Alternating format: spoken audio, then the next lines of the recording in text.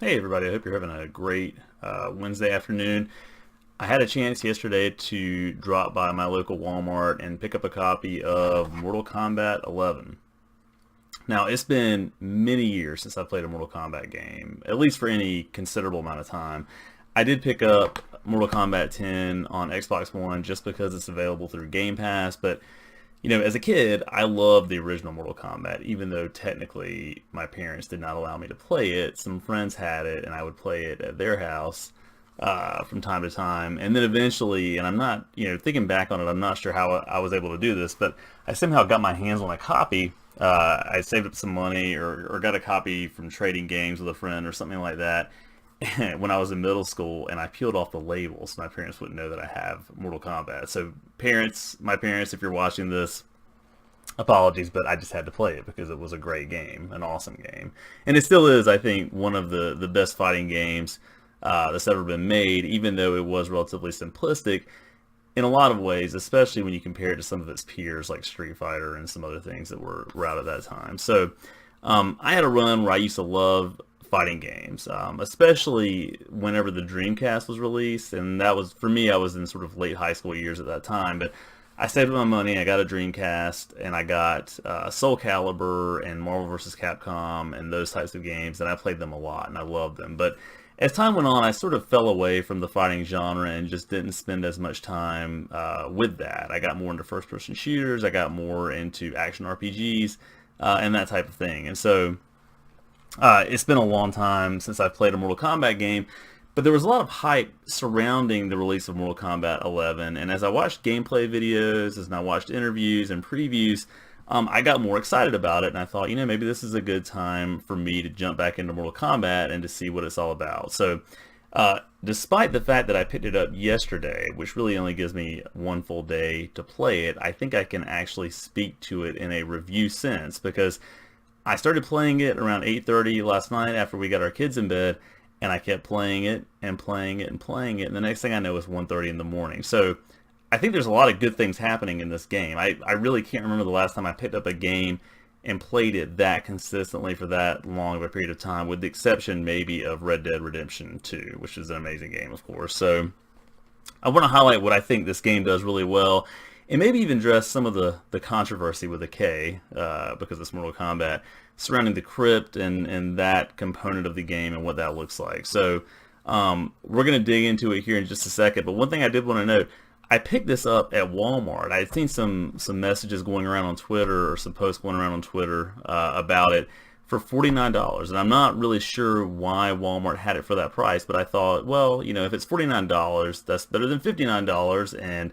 if they have it, I'll go ahead and get it. So I stopped by at Walmart, and sure enough, every version of the game, PS4, Xbox, and Switch, was $49, and it rang up that way when I checked out, and so I got it for that price, which is a good deal, I think, for day one of a game when it's released, especially a big AAA title like this. So let's look at some gameplay, let's dig into it, and let's just discuss, again, some of the things that work really well and some things maybe that could use some improvement, and I'll give you my overall thoughts about the game. So let's take a look.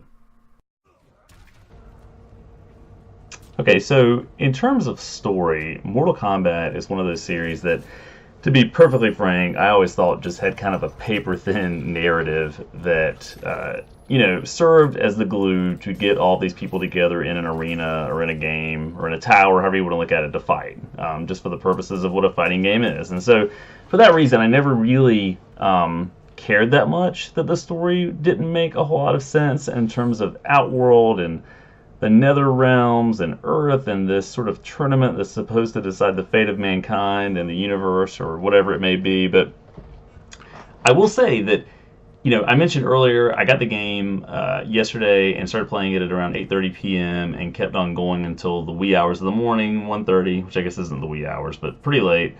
And I kept playing because of the story, believe it or not. It actually is much more well written and much more interesting than I could have ever imagined. That's not to say that it's a great piece of storytelling per se, but it really, I think, kind of takes the B-movie campiness of what Mortal Kombat is and ups the ante a little bit and finds creative ways to bring together characters from the past and the present of Mortal Kombat. And so I'll supplement that by saying that, since I hadn't played a Mortal Kombat game in a long time, I was unaware of the fact that certain characters are essentially dead now and are zombies that serve Shinnok, I believe it is, from what I was able to glean from the story. But I was able to catch up on what was going on, and it was just an entertaining story that was a really good time. And I will say that all of the cutscenes look fantastic. And again, I'm playing this on an Xbox One, an Xbox One X, more specifically on a 4K TV, and it's just a really, really pretty looking game. And it's fun. If it weren't fun, I wouldn't have kept playing it for hours on end, of course. But it was fun enough to keep my interest peaked for an extended period of time, to the point that I played all the way through the story and finished it last night. So really, in one sitting, I played through the entire story mode, which took me 5 hours-ish, something like that.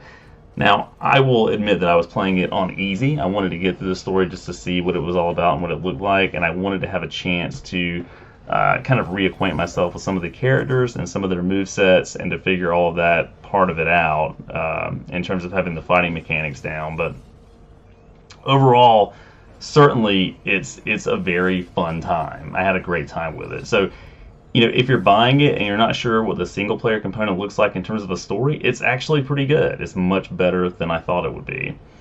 And I mentioned gameplay. So in terms of gameplay, it works really well, and it's one of the best feeling fighting games that I've played in a long time. And so I've wanted to get back into fighting games for a while, and I've tried a couple of different ones over the years, none of which really piqued my interest or really kind of pulled me into the platform or the world that was being created there, either because of the mechanics or any other variety of issues that may have been there. But Mortal Kombat 11 feels like an old school fighting game in the sense that you cannot just button mash, right? You have to really be methodical about how you approach your opponent and how you're going to try and take him or her down as part of that match. And so you have to really get familiar with the special moves, with the use of combos, with how to time things just right so that things go smoothly and you don't catch yourself off guard or get blocked at the wrong time and then leave yourself open to attack. Part of that has to do with being able to use the fatal blow mechanic appropriately, and so you're seeing some of that in this video. But essentially, I've heard these described as being kind of mini fatalities, which is essentially what they are, but they're really, really cool and so hilariously over the top that you can't help but just sort of laugh at them. Because, of course, nobody in reality would recover from any of this stuff mid-fight, but it's Mortal Kombat, so who cares, right? But if you can execute that, pun intended, at just the right time, it's really going to deal a lot of damage to your opponent. But the catch is you can only use that once in a 3-round match if the match were to go that far. So you have to be kind of judicious about when you decide to use it. And it's a really easy thing to pull off. It's just left trigger and right trigger simultaneously, and it works. But overall, I think the gameplay and the fighting in this game is really good. Good enough to keep me coming back for more. I hopped into a couple of online matches last night just to check that out and see what that part of it is like, and whether or not it runs smoothly, and whether or not there's any lag. Which, of course, with a fighting game, if there is lag, that is going to be an awful thing, and it's going to be detrimental to the experience that a player has with it. It was smooth as it could be. Now, with my Xbox One X, I have it hardwired to our modem with an Ethernet cable, so I try to get as fast of an internet connection speed as I can. But again, it was silky smooth, no issues. I actually won the matches that I fought in, which was kind of miraculous to me. Now, these weren't ranked matches. I was doing the casual matches, but it made me feel like I had learned something by playing through the story and getting reacquainted with these characters. And it made me feel good about it. And it made me feel like, yeah, I want to come back and keep playing this online. So the online component of it so far has been great. I've got no issues with that.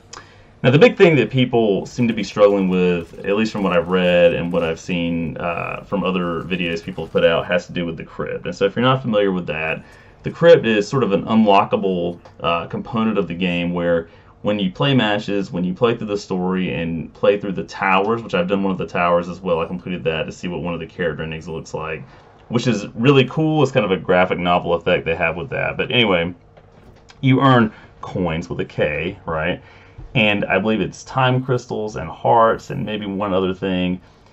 the currency in the game and how you use that to unlock things can be a little bit confusing, but from what I've seen, mainly coins are used when you're starting out in the crypt to unlock chests to get things like new fatalities for characters, to get new gear, to get new skins, and all of that kind of stuff. The problem that a lot of people have noted is that it's seemingly random. You don't know what you're going to get before you spend the money on it, and it takes a long time to reaccrue that currency in game and get the things you want, especially things like fatalities. So, initially I didn't see this as a problem. I finished the story, I went into the crypt, and I was able to unlock a lot of these chests because I hadn't yet visited the crypt and I had saved up a lot of the currency in game.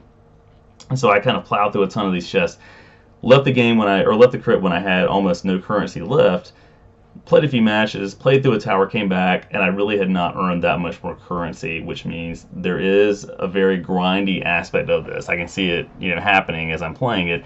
It's one of those things where if you want to unlock everything, you're going to have to play the game a lot, or you're going to have to pull out your credit card. I have not personally gone in and looked at the different prices for different things yet, but from what I've heard, you can access the online store and buy the things you want.